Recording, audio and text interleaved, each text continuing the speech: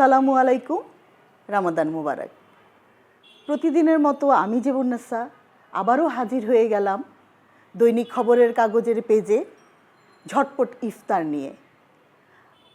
আজকে আমি একটি নতুন বেভারেজ দেখাবো, যেটি অত্যন্ত পরিচিত একটি নাম, আঙ্গুরের স্মুদি। আঙ্গুরে প্রচুর পরিমাণে আয়রন আছে, ভিটামিন সি আছে, ভিটামিন B6 আছে, ক্যালসিয়াম আছে, অ্যান্টিঅক্সিডেন্ট। দেখে নেওয়া যাক আমার স্মুদিতে আজকে কি কি আমি ব্যবহার করছি। আঙ্গুর, বিট লবণ ইউজ করেছি, মধু, একটু গোলমরিচ, আর এটাতে যেহেতু এটা গ্রিন কালারের, আপনি গ্রিন যে কোনো কিছুই ইউজ করতে পারেন, কোনো ফ্লেভার ইউজ করতে পারেন, দেন হচ্ছে আপনি কাঁচামরিচ ইউজ করতে পারেন। কিন্তু আমি মনে করি যে বেভারেজে অনেক বেশি কিছু ইউজ করার কোনো প্রয়োজন নাই।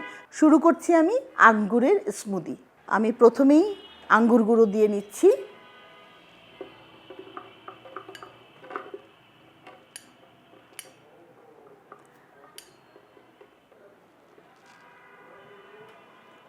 দিয়ে দিচ্ছি সামান্য পরিমাণ মতো বিট লবণ।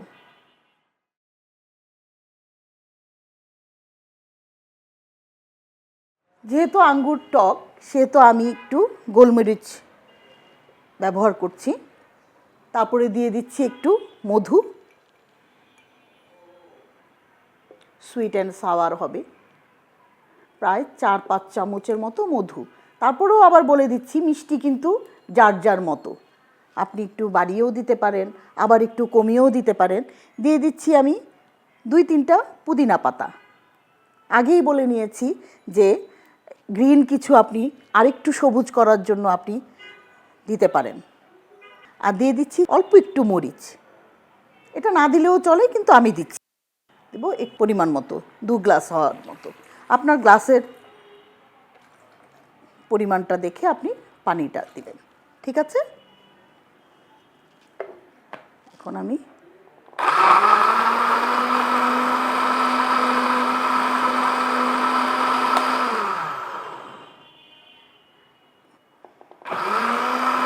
ব্লেন্ডার আমরা একটু বন্ধ করে করে চালাবো, কারণ এটা ব্লেন্ডারের জন্যও ভালো, আবার খাবারের মিক্সিংটাও ভালো হয়।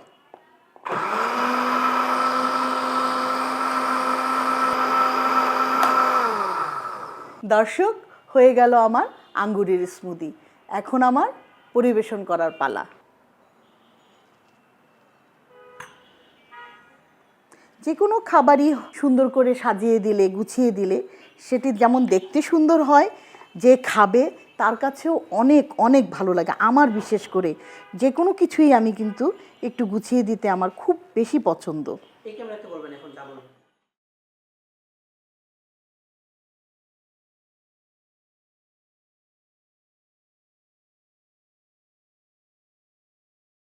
আমি এখন দিয়ে দিচ্ছি একটু লেবু, এটা জাস্ট সাজানোর জন্য। যেহেতু গ্রিন, আমি সব কিছুতেই একটু গ্রিনের ছোঁয়া রাখতে চেয়েছি। দিয়ে দিচ্ছি একটু পুদিনা পাতা। আমি কিন্তু পুদিনা পাতা ব্যবহারও করেছি।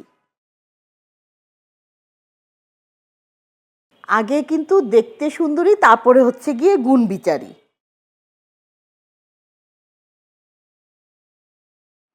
দর্শক, হয়ে গেল আমার আঙ্গুরের স্মুদি। আপনাদেরকে আমি অনুরোধ করব যে একদিন হলেও ইফতারের টেবিলে আপনারা এইরকম একটি আয়োজন রাখবেন।